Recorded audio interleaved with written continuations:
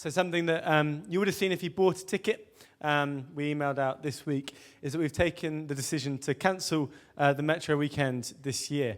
So it's due to come up in a couple of weeks' time. And that decision is one that's actually a sacrifice for us, really. I know for a lot of you guys would have booked time off work and things like that to be there. It's a sacrifice for us as a church. Financially, we're going to lose a lot of money, but and actually, it's a sacrifice because practically we probably could have made it work. The risks for us as a community are quite low in terms of we're young. Apart from Philip, we need to protect him. But we could have actually probably gone away. And for us individually, we probably would have been okay. But actually, the reality is that there's a call on us as a Christian community to go beyond just what's comfortable and nice for us, just to go beyond what is easy. And actually to think about how do we love our neighbours in the best way possible. And we decided that because of that, it wasn't sensible for us, it wasn't loving of us, to one, go away and risk spreading the infection further, but also for us to go away, to have a good time together, to celebrate all those sorts of things, and to leave the city behind. We decided actually we want to do the opposite. We want to be here and to be praying for our city, and that's what we're going to do on the weekend instead. We're going to call the church to fast, to pray for our city, for the most vulnerable people, for our country, and for our world. And so on a practical note, that is a difficult decision we had to make as a church about how we respond to the current crisis. And we were talking about that a little bit, me and Matt, about what that looks like to be a group of people that are driven not just by what's comfortable for ourselves, but actually by a selfless love for those around us. Matt, do you want to talk a little bit more about what that might look like? Yes, I think I do. Well, okay, so there's two sides to this. As Sam kind of mentioned, we need to be both wise, we need to be doing the practical stuff, right? We also need to be loving. So for us, being wise looks in part like, the stuff that you all know already, before we come to church, wash your hands when you get to church, wash your hands when you leave church, wash your hands when you get home. And it's stuff that we can get a bit blasé about, but as a church, we want to be really serious about that and take what the government and the NHS are asking us to do seriously. So there's the practical stuff, our welcome team, they won't welcome you with a hug or a high five or a fist bump or whatever it is that you might be used to anymore. And we're still going to pray for people, but we won't do laying on of hands, just so that we can take that side of being wise really seriously. Now, the flip side of that is to be loving. You might have seen, like me, in the news recently, all these videos of people buying 703 toilet rolls in Sainsbury's and everything's sold out and people are panicking. And whilst it's totally natural for us to be a little bit anxious about this stuff, a little bit scared of, how's this going to impact me or my loved ones, we need to make sure that we're making decisions that are loving, decisions that are going to benefit our neighbours, the people that we love. So,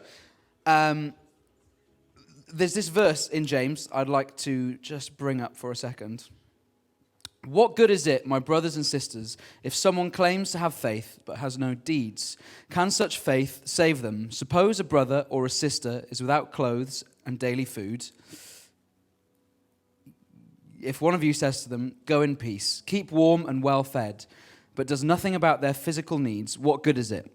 In the same way, faith by itself, if it is not accompanied by action, is dead. Now, the ways that aren't action that we love each other, sending a text message to see how people are doing, checking in on your neighbours, are really important. But one of the big ways that we want to help practically is actually by giving financially. So there's two main organisations that we're going to be giving to, who are going to kind of be on the front lines of this stuff with this coronavirus outbreak. So firstly, we're going to be giving to the BRI, the NHS hospital right near here. It's estimated that the NHS has about 4,000 intensive care beds, and by the kind of peak of this virus, they'll need about 400,000. So a resource that's kind of already under-resourced, underfunded, already struggling, we want to step up and say, hey, we're going to help out as well. Secondly, food poverty is going to become much more of an issue again.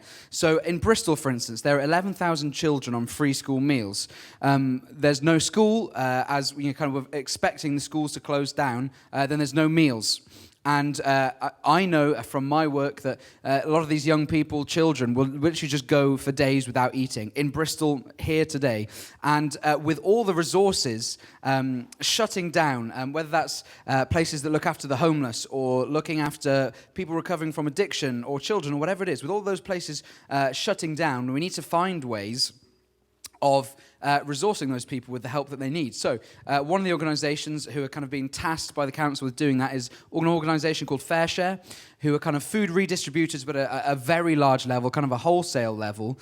So they deliver food to about 300 or so charities in the area, and about a third of that is schools, mainly primary schools. So we want to support that, support the most needy and the people who are going to be struggling the most during this time. So Sam's going to tell us a bit more about how we can give practically as the band come up and we just get ready to worship. Yeah, that's great.